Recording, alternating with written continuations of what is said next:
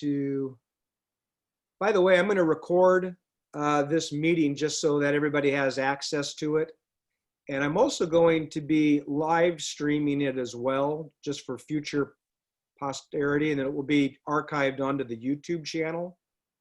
So I'm going to start recording. So let me get back to my presentation.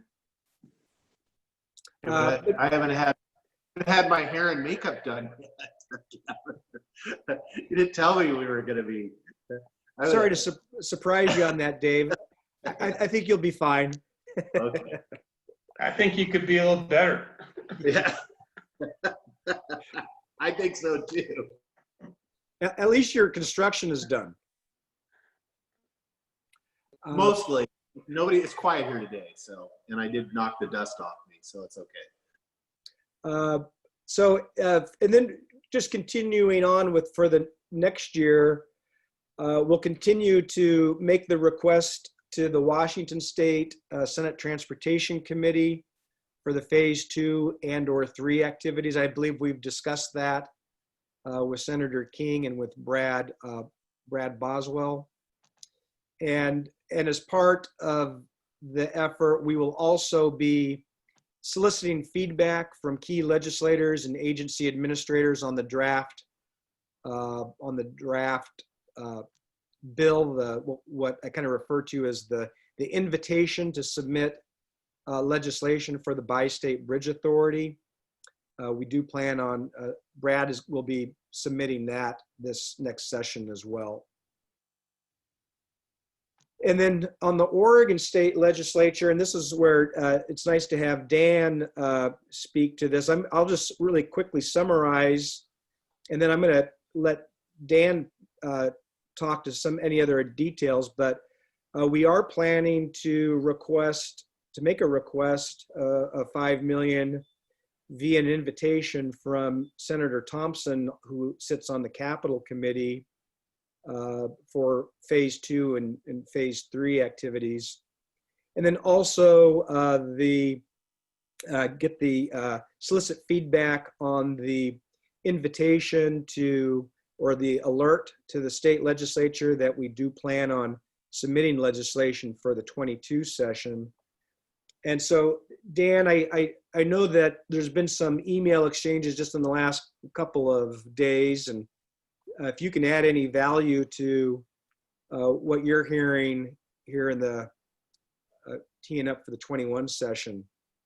Sure. So I'll start with the funding request. And Kevin, that we should probably change Senate Capital Committee to Joint Capital Construction Subcommittee. Great. Just for clarity's sake, it's not necessarily, even though Senator Thompson sits on it, it's a joint committee.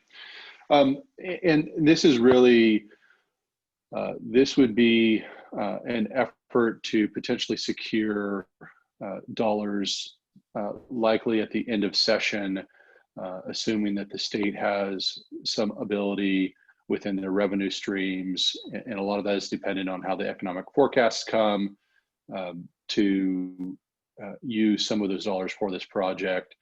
Hopefully by that time, we'll have seen how things may be developing in Washington. We'll be able to build on the $5 million grant from the feds, and it will make the point about it leveraging and really be aimed at some of the economic development arguments we used last time around as a critical project in the region, as opposed to, and this would not come from any kind of transportation bill.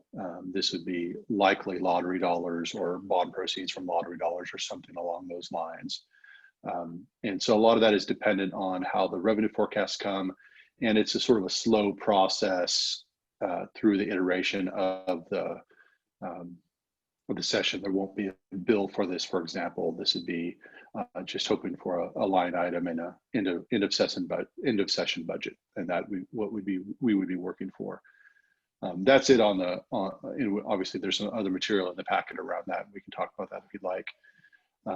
With regard to the draft bill, the feedback we've received so the deadline that we spoke to last time we were all together had to do with the ability to have a bill pre-session filed, and that deadline was for a member to submit to Legislative Council, which drafts the bills, a request for bill drafting.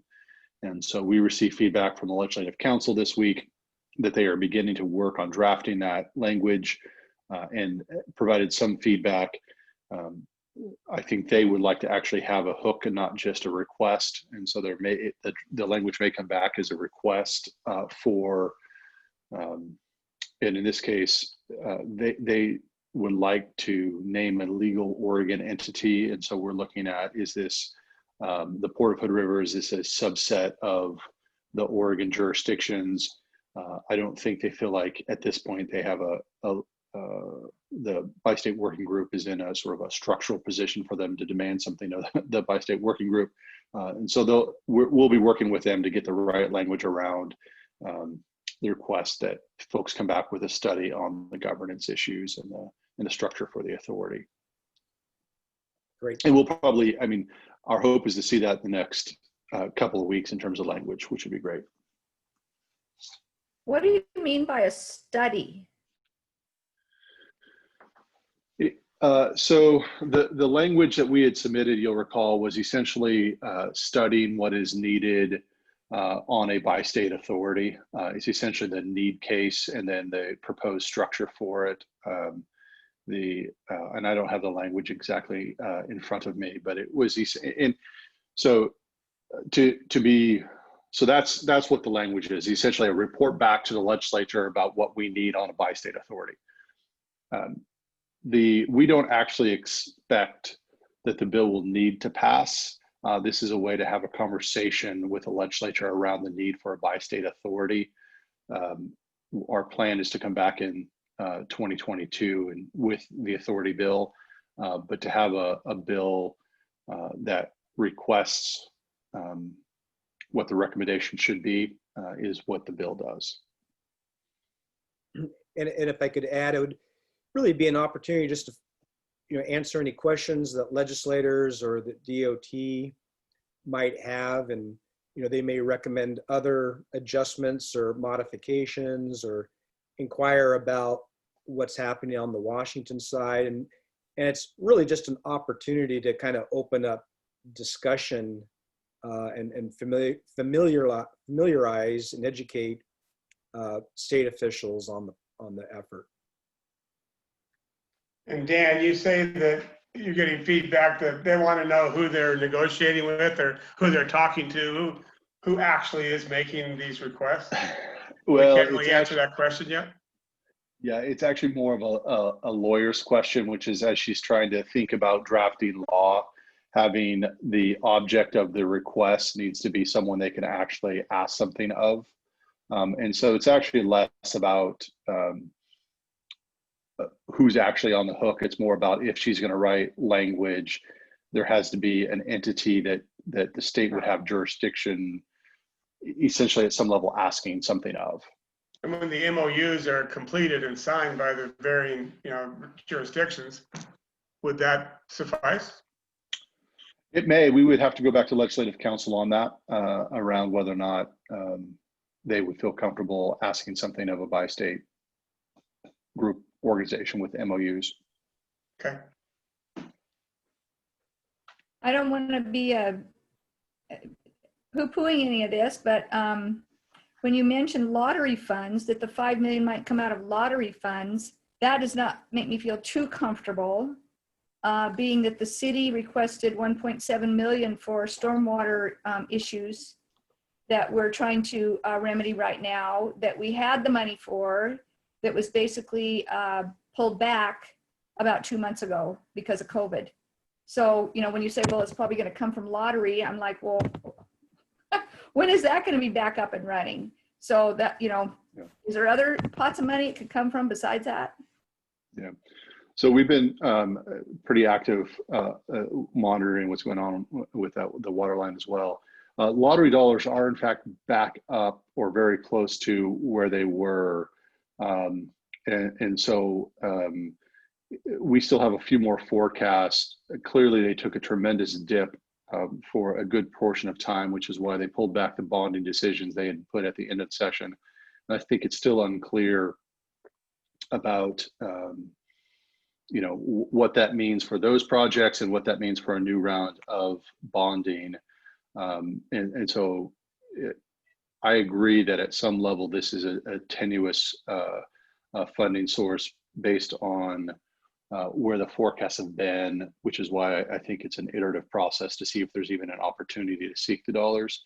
The only other obvious dollars at this point at the state level are probably going to be general fund dollars, which are at this point in Oregon in much worse shape than lottery dollars.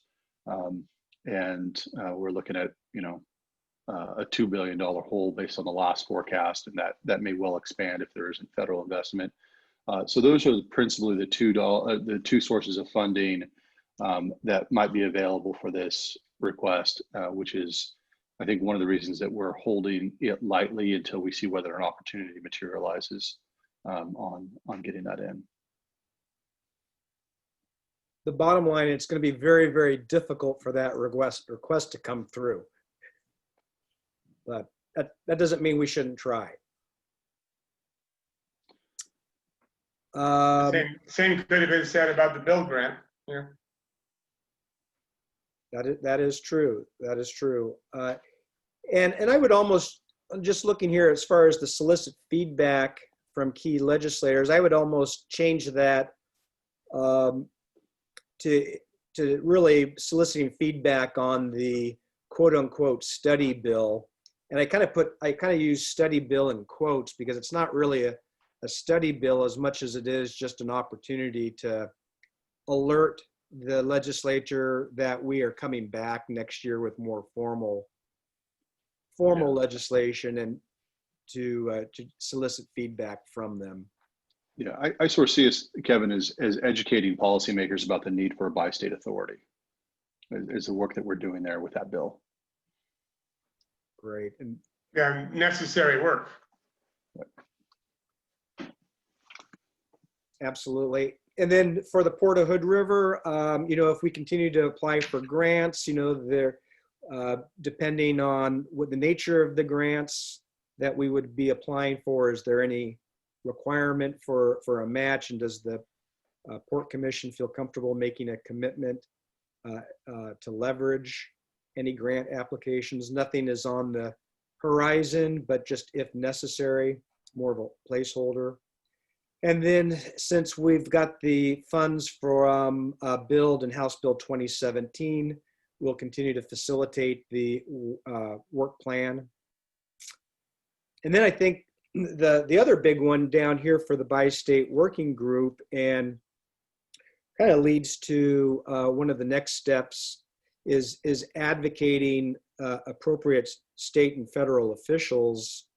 And that's really, in the next session, who should members of the bi-state working group be trying to reach out to?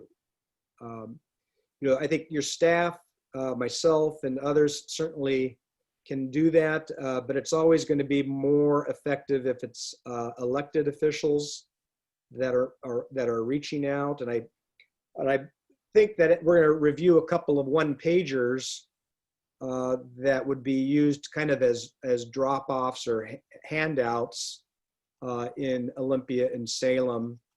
But I really think that in the next time we meet, both Dan and Brad will have a legislative strategy that lays out kind of a framework for reaching out to specific legislators and agency folks.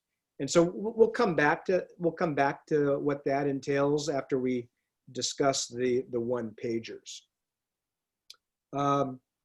So are there any questions? We could probably spend the whole hour just talking about this matrix.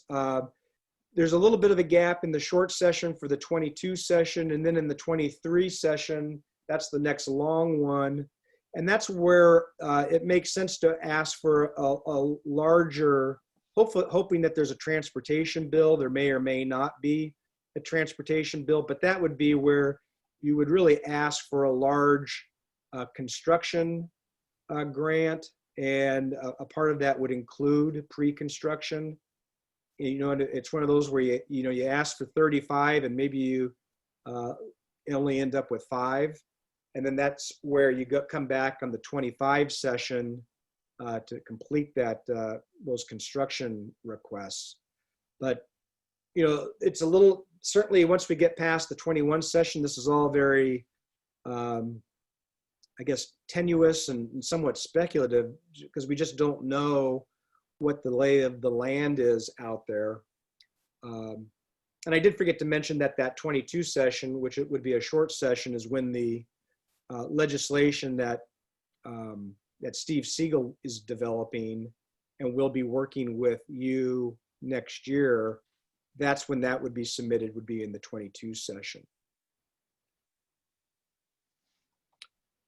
And Kevin, that language that Steve's working on now is the suggested language for what a bi-state authority would look like, what powers and authorities it would have. Exactly. That would be the. Sorry if you guys went over all this last meeting, I missed that one. And Steve will be working on that. He's going to be doing a lot of research once the port approves his contract. It's a pretty significant contract. And Steve is planning on being available to travel to either Olympia or Salem or Zoom in as legislators or agency folks need more technical detail. So you should be seeing, Steve should be coming back in a consultant capacity, likely in the spring, with some draft materials on that legislation for you to review.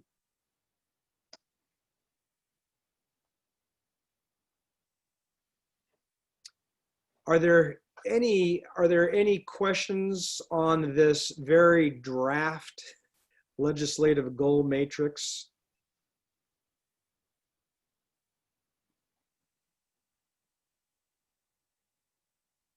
All right, so moving on is the actual one-page concept papers. And these were drafted by Steve Siegel and reviewed by Dan and Brad and Michael McElway and myself. And you know, just to summarize, the bi-state bridge authority concept paper really gives kind of an overview on the critical nature of the bridge, discusses the efforts of the bi-state working group, pivots into the long-term structure for governance and how it's bi-state in nature, and sharing the region's thoughts on the authority and willingness to begin a wider discussion between both sides of the river and the state capitals. The other section there is, you know, talking about what is a bi-state bridge authority, just recapping some of the requirements and the need for future ownership, maintenance, and management of a new bridge. And then a section on why is the authority, why is that the preferred approach? And really just addressing the fact that this allows for a singular voice to come out of the Mid-Columbia region and provide some separation and protection from the local governments and the bridge, allowing for independence. On the second page, there's a summary of the positions on the bridge authority that was discussed last meeting. And very likely that, you know, these could be changed or we could get differing opinions as we move forward, but this is kind of a starting point. And then the last is just talks about the powers of the authority that you referenced, John. So I'd be interested to hear if you had time to review anything in that, or and had any questions or thoughts? And we've got a little bit of time to play around with this, but just wanted to get that out to you. Are you going to make a time, Kevin, to talk about edits? Or Yeah.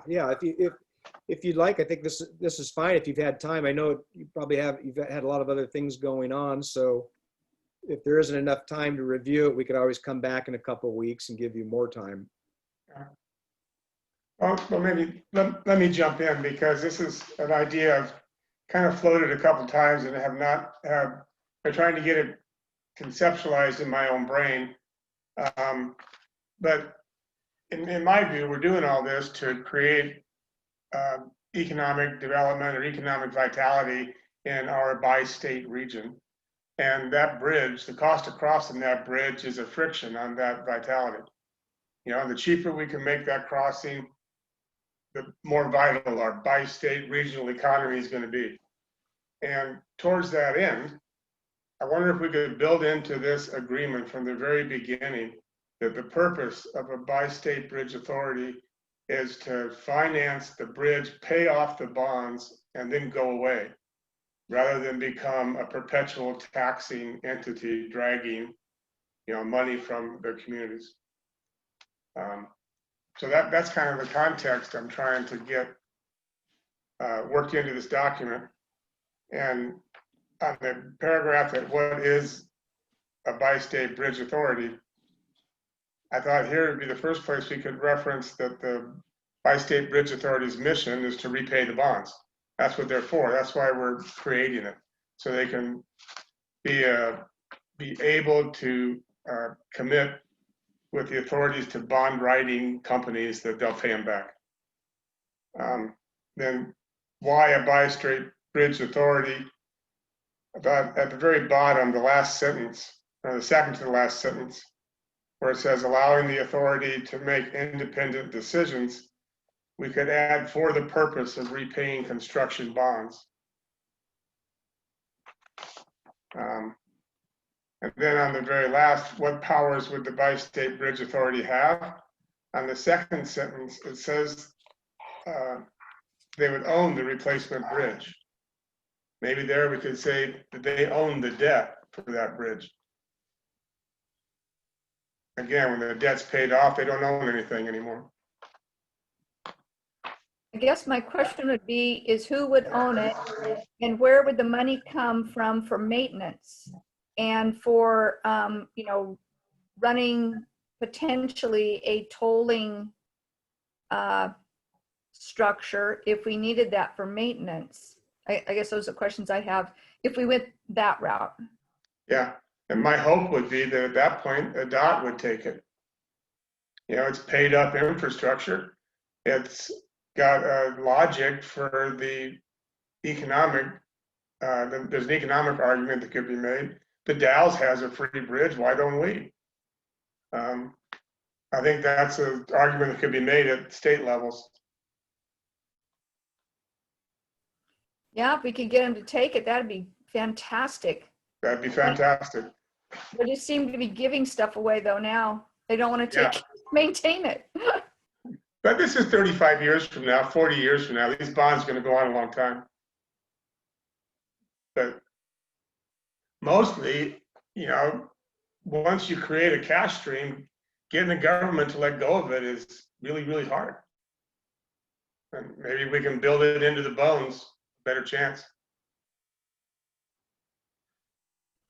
And if they wouldn't take it and the bi-state authority had to retain it, you know, there might be still some toll that we had to charge for maintenance, but it could be way less than it might have been to pay off the bond. Yeah. Kevin had the idea that another place that could be addressed was in a dissolution paragraph in the, you know, enabling authority, where it says this is how we dissolved.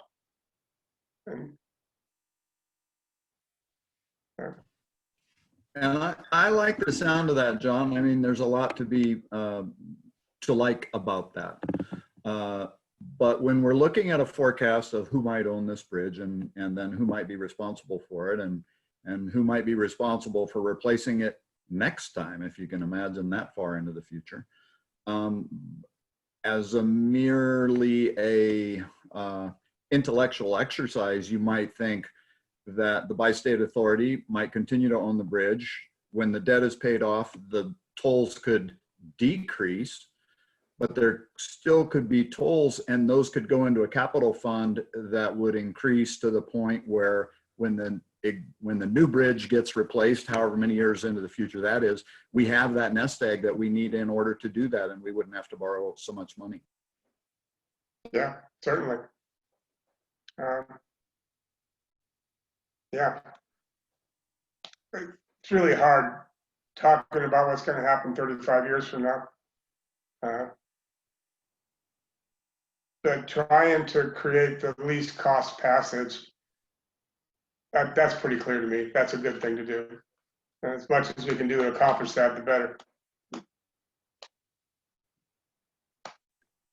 Yeah, I like that approach. I like just from a philosophical point of view, because you're right. My experience is that anytime that you have, tolling, taxing, whatever kind of a funding stream, governments they never go away. I mean, and so you're correct in that, this is going to be 35 or 40 years from now. So I'm sorry to say that will not be our decision. I don't think ours, but you can do that at the beginning where you kind of write that into it, that's the intent. That doesn't mean that, the bi-state authority can be modified in the future to kind of shift the direction of that. But I think that's an excellent idea, as far as it's kind of almost like your mission statement, as far as this is why we are forming this. And I think that would give some comfort to people too in the region, as to that we're not just creating another government entity that's going to kind of take on a life of its own. So I like that. I think we can incorporate that into this draft some way. So I'd be supportive of that. I just think it needs to be flexible enough that if the dots don't want it at the end of the bond repayment, and that there needs to be some kind of tolling to at least pay for maintenance, that it's just flexible in that respect, that we can do something different at that point if we can't get the dots to take it. Sure. I mean, you don't have to have it where, the day the last bond payment's made, the authority evaporates and goes away.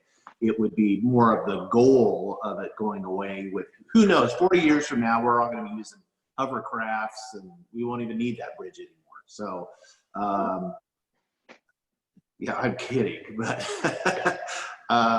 yeah, no, I think you can write it in a way, because it may make sense to keep some kind of tolling on that after it's constructed for the maintenance. And I don't know, you're right. The dots don't want to take anything, but that used to be the way it was done. I mean, there's bridges all up and down the river that had a toll on them until the bonds were paid for them, and then the dots took them over and they became public infrastructure. And so, we've kind of gotten away from that, but I'm hoping in the next 40 years we will work our way back to that, because that really is we don't need to have, pretty soon we're going to be having, toll roads to get from, White Salmon to Bingen, because nobody wants to pay for anything. And I'm hopeful that, we are going to return to a place where we actually make investments in infrastructure, in public infrastructure, and that we're not just consuming all of this legacy infrastructure, which, I'm sorry,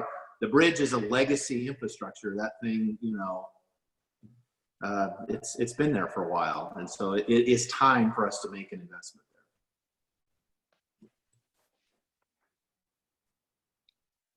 there. Any other comments? Okay, I'll keep moving along here.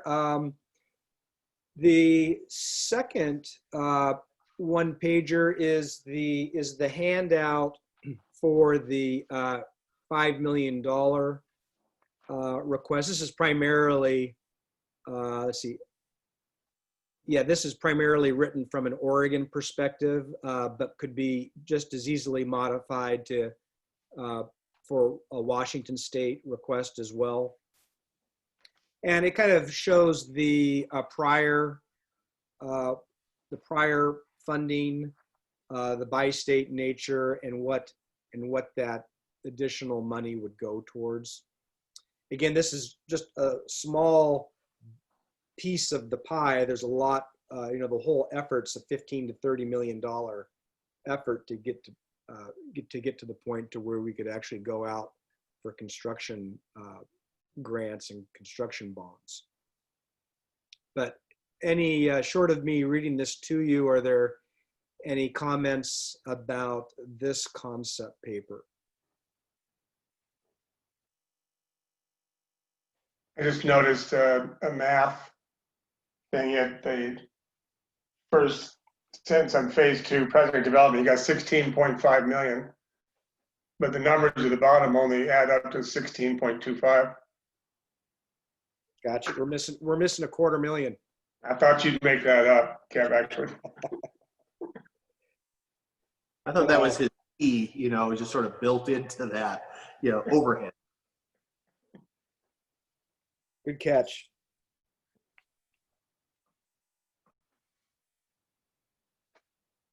Any other thoughts on either of these two pages?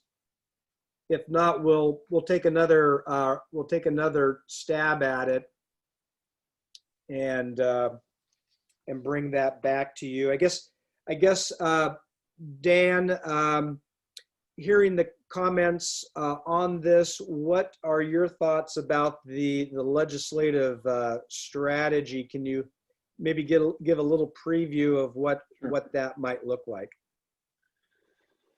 Right. So essentially, there are, as we think about engaging the legislature in 2021, there are really 3 different ideas asked that we'll be pursuing.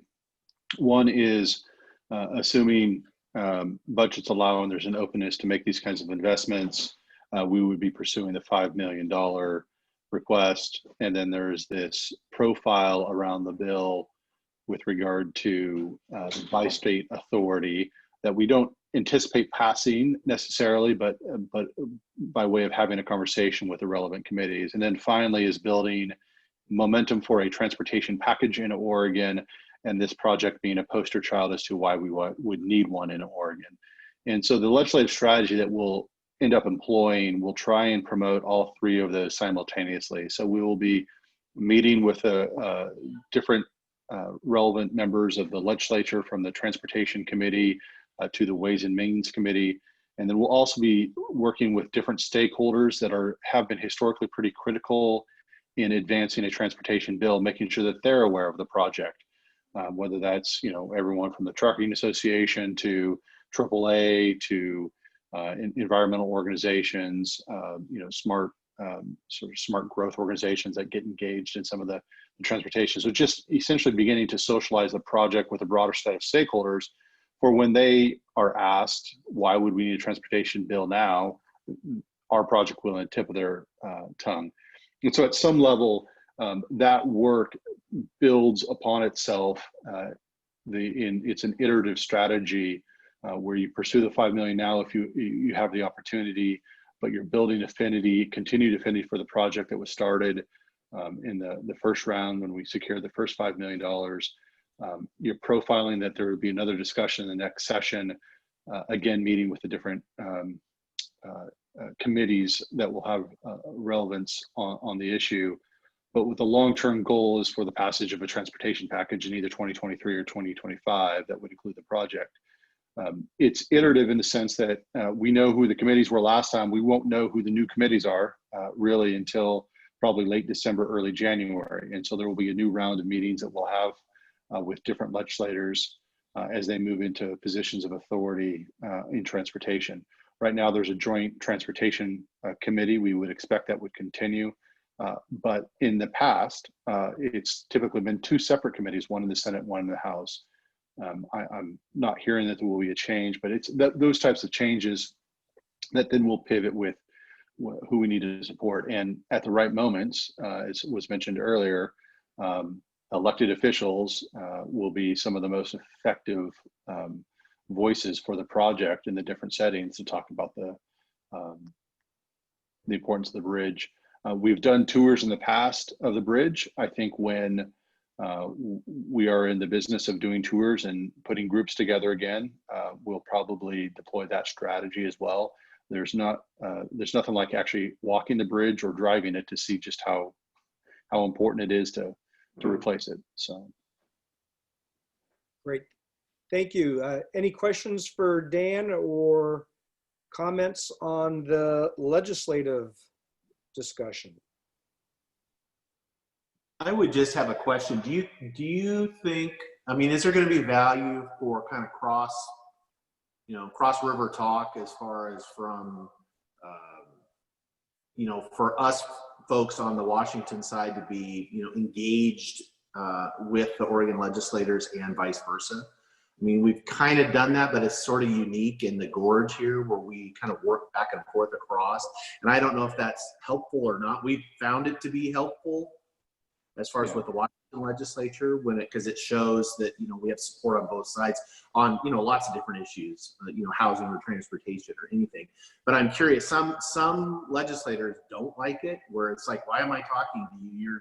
You're not one of my constituents. You don't even live in my state. Why should I even listen to you? So I'm curious what your thoughts are on that. yeah, I would say for the vast majority, knowing that there's a bi-state agreement, that these jurisdictions are working together, that they've signed an MOU, will be enough. That will give them the sense that this is a project that frankly is farther ahead in cooperation than most other projects in the state. So that will be a helpful signal. That being said, particularly for the regional delegation, that you already have the history of working together as a community, seeing that, being a part of that will be helpful. On our side, Senator Thompson and Representative Williams, and frankly, even Representative Bonham has been engaged at some level. Assuming those stay the same in November, right? That group is a group that will continue to value that joint work with folks from the Washington side and Oregon side. But from a perspective of a committee, made of members from around Oregon, I think, frankly, knowing that group is together and that they've signed an MOU will be enough for them to have the confidence, and particularly if there are Oregon elected officials that are talking about it, that will be really helpful. Okay, thank you. All right. Dan, just one more question. Have you heard anything, or the CRC, do you know anything about how they view the effort here in our little community, or if they even know about it? I mean, so many of the issues are identical. Yeah, I would say from a policymaker or a legislative perspective, I don't think they see them together. To the extent that we've educated folks about the Porterhood River White Salmon Bridge and the bi-state working group, which we're starting to talk to them about this joint effort, they will see that as sort of a separate effort than what's going on over at the CRC. Now, the more we talk about a bi-state bridge authority, the more we talk about getting close to construction, there will be parallels, and those two may end up then colliding, because you will likely find policymakers saying, whoa, should we be talking about this up and down the Columbia? I mean, they're just going to want to start having the conversations about a transportation system in Oregon. But right now, I would say from an elected official, they see them as very different projects, not related.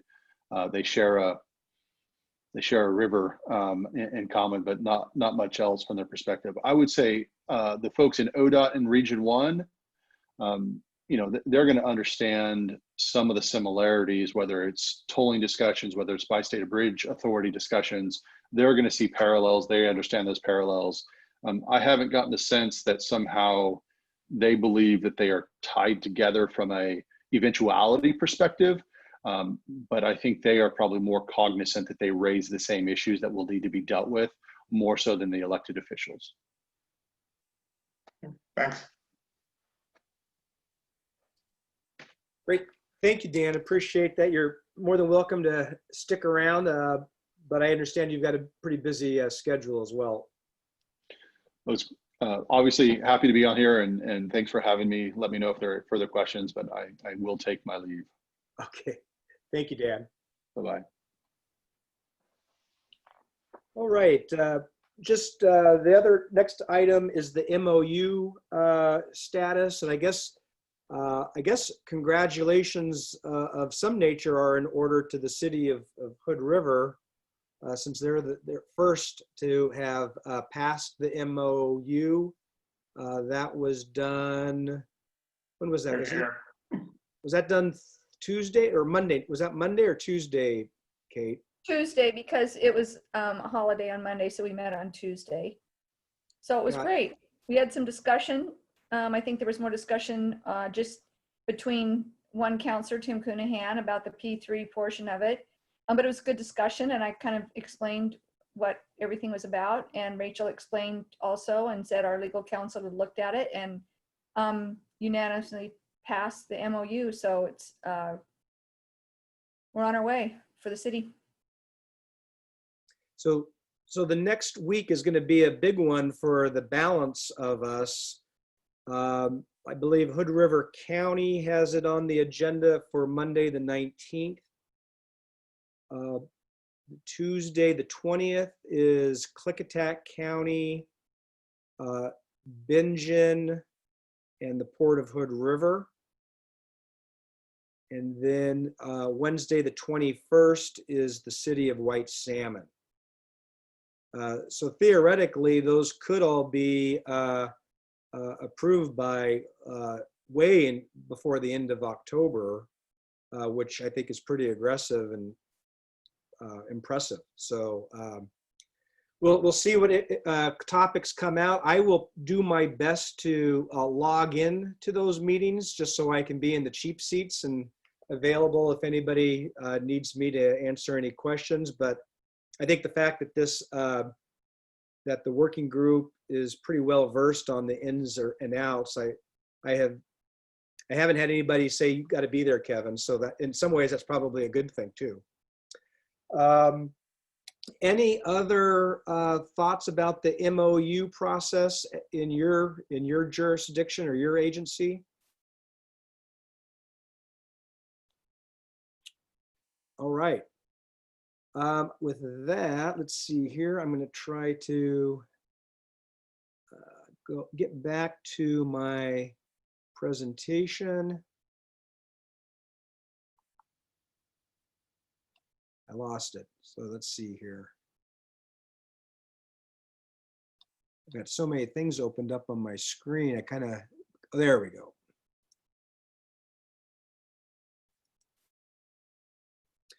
All right, the other item that I wanted to bring forth is the P3 delivery options discussion.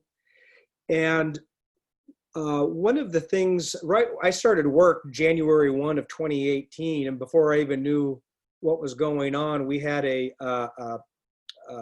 delivery options, project delivery options work session on January 18th that focused on a lot of the P3 elements. And what I tried to do is just simply pull the agenda from that panel from almost 3 years ago, and showing that, we brought in folks from around the country, Lowell Clary, who was a transportation executive with the state of Florida. We had people from Mott McDonald, which is an engineering firm. And then in some ways equally impressive was an individual from Piper Jaffray, which would be a financial expert on how P3 projects are financed. And so each of those individuals gave a presentation, and we drafted a number of questions for the panel. And I bring this up not to say, let's try to answer all these questions right now, because it was 3 years ago and there's been a lot of changes. And the biggest change is probably that 75% of the elected officials that attended this meeting 3 years ago are no longer with their agency.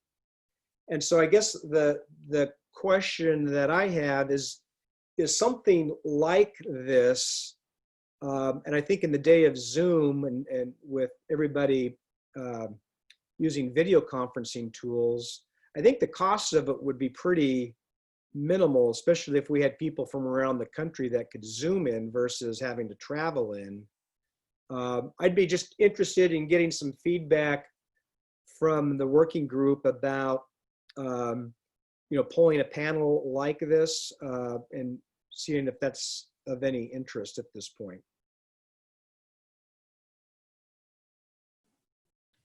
I have a couple questions first on it.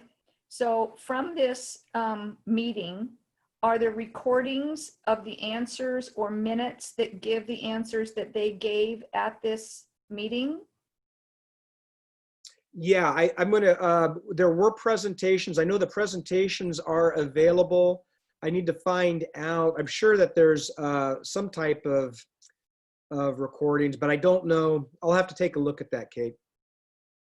Because it was kind of done separate from the Port Commission meeting, and there weren't decisions specifically being made. So, I'm thinking it's about a 50-50 chance.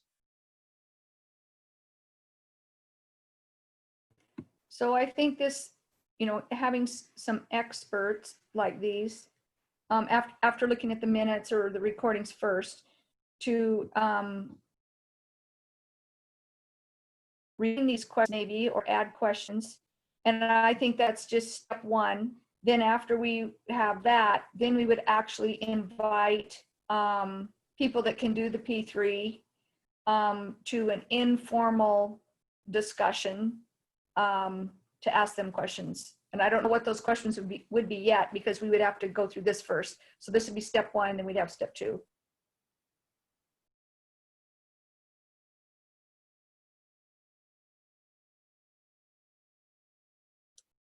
Other comments? Yeah, so I think that's a good idea. And I apologize for being very, very green to this whole process. But what I would be interested in hearing from is agencies or local governments who have been, who are served by a bridge that was formed this way, and what their opinion is on the process and then the final product. And I didn't see any of that here. As far, or members of the panel. I mean, because at the end of the day, I think if this is an option, that's really what we want to hear from, is after the project's gone through, how do those folks feel about it? And do they think it was a positive route to go, or if they could do it over again, would they have done something different? And so I guess that's who I'm really interested in hearing from on those. And it seems like we always talk to professionals, or we get input from professionals, but maybe not the people that are using the product. Good idea. Yeah, I would also agree that this would be a useful tool to have again, and maybe be really intentional about the timing of it, so that, we're doing it after an election, and there's, we've got another maybe 4 years with the current people serving or something like that. And I would say I'm also really new to this process, just filling in for Betty. But when I was at the last meeting and we were working on the EIS,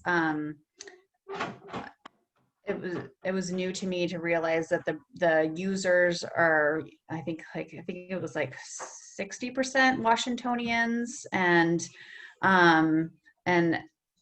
so I don't know if there's a way to just make sure that the experts or the people that are involved in listening to the meeting or participating in the meeting, that there's a more input, reflected of the actual users. I think that could be really helpful. That's great. Thank you.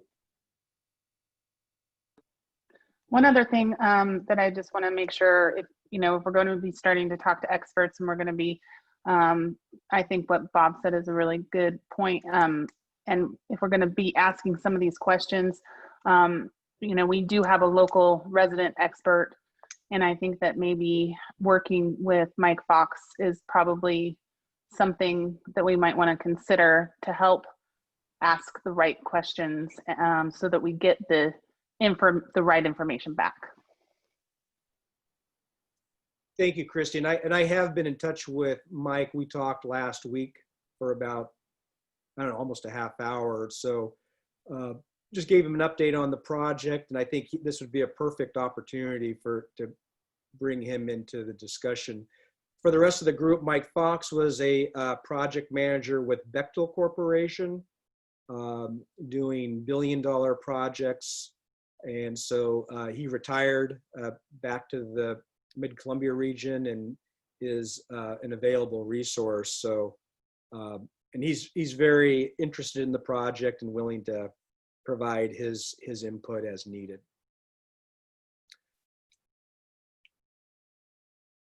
Okay, well, that sounds good. Well, I'll put some ideas together and maybe follow up with a couple of you just to get an idea of some of the potential panelists that we might want to bring together. But this is very helpful for me to get your feedback. And then if there's nothing more on that, I think that was the last item in the packet. Just the final item on the agenda was just the bi-state working group, the work plan that is referenced in your in the MOUs. And so there's really four contracts that are going to kind of be coming down the pike pretty fast.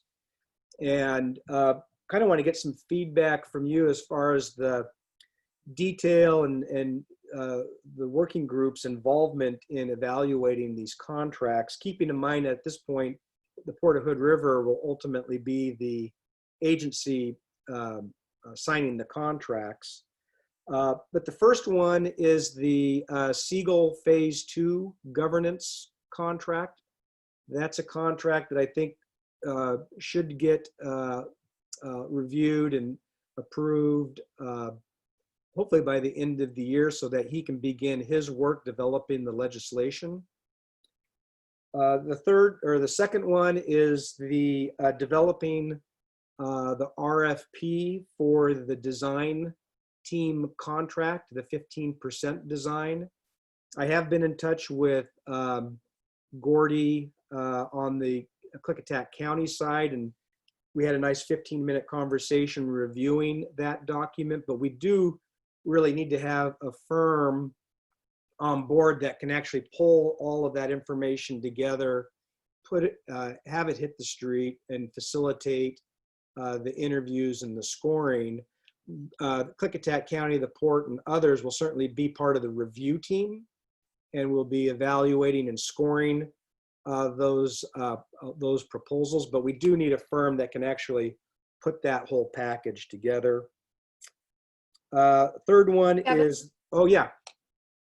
Kevin, is that that last one you just talked about, will that be done through an RFQ or an RFP? It will probably, that's a good clarification. It'll probably be an RFQ followed by a proposal. So kind of a blend of both. So you don't really ask for a price specific. You kind of ask for qualifications. That gets scored following a pre-approved set of criteria. Usually the top one or two, maybe three, then get brought back for in-person interviews for a final scoring. And then that committee makes a recommendation to the bi-state working group and the Port of Hood River to formally award the contract. As we've been working with our consultants, really the soonest we're going to be able to get an engineering team on board is fall of next year. It's that long of a process. But that's why it's important to start the RFP process as quickly as possible.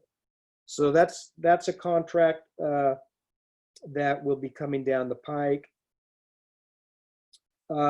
Again, the P3, the project delivery I think that's having somebody on our team that can advise on not just P3s, but project delivery from a high level, meaning that as the 15% design RFP is being developed, having somebody with independent knowledge of project delivery, having them be able to review these RFP documents to make sure that the future choices available to the region are adequately being covered in these contracts and RFPs.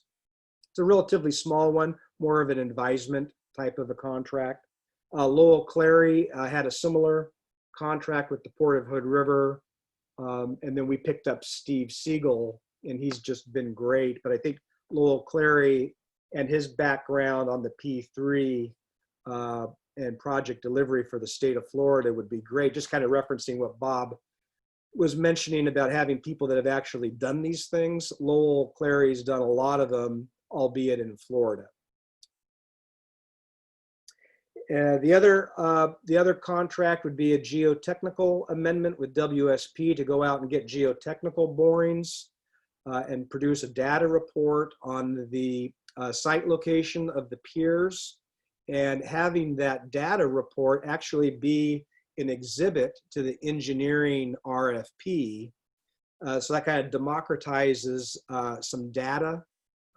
Doesn't necessarily preclude firms from having to go back out and do subsequent boring, but it gives them a much better handle on what the potential risks might be as they're developing their presentations to the selection committee. And then finally, the last contract, which I'm hoping for January, would be the actual build agreement between Federal Highways and the Port of Hood River. And that would be what opens up the funding to keep this work going after the House Bill 2017 money has been fully utilized. There will be additional contracts later in the calendar year, but I would like to just find out from you the level of detail that you would like to see, just so that you have a good understanding of what these contracts look like, how they interact with one another. Would you like to see full contracts? Would you like to see summaries? I just like to get some feedback on all of these moving pieces that are necessary to keep the thing going, but I also don't want to overload you with reams of paper. So one question, Kevin, do you anticipate all the contracts you just mentioned, with the exception of the 15% engineering, would be paid for out of the Bill 2017 funds? No, actually, some of the projects will be able to be funded out of the remaining House Bill 2017 funds. For example, if OTAC produces the RFP for the design services, we have a in-hand cost estimate for that work of about $20,000. That could come out of House Bill 2017. The governance work for drafting the legislation, that could come out of House Bill 2017. So depending on how the NEPA process goes, and there aren't big changes necessary after the open public comment period, potentially we could do more. But there's at least 2 items that wouldn't be done out of build. They'd be done out of the remaining House Bill 2017 funds. Okay.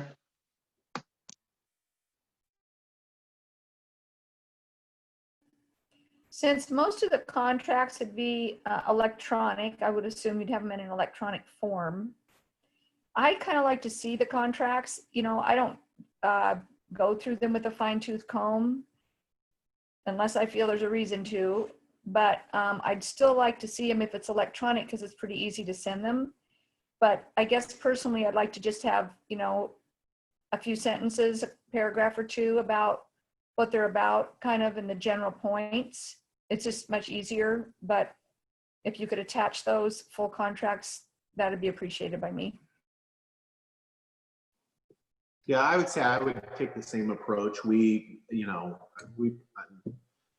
routinely have 10 or 12 contracts a week that we're implementing. We generally get them in electronic format, the entire text of the contract, because ultimately we're the ones signing them. But it generally comes with like a one-page cover sheet that gives the, kind of a summary and what's in it.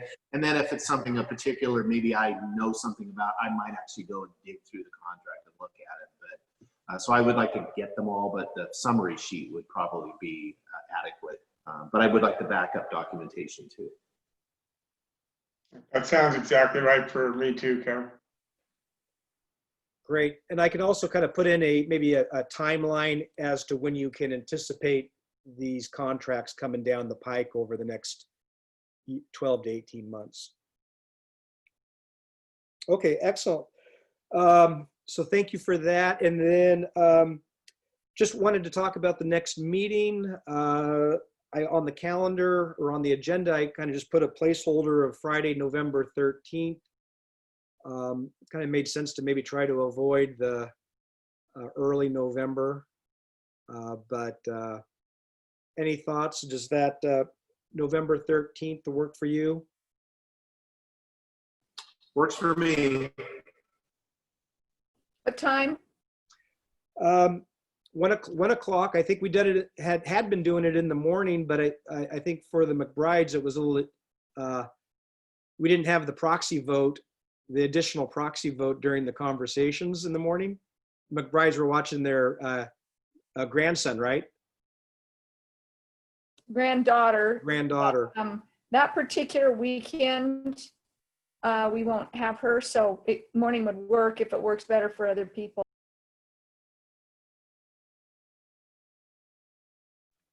I'm good either way. 1 o'clock. Should we've got it on the agenda. Should we go ahead and keep it at 1? Okay.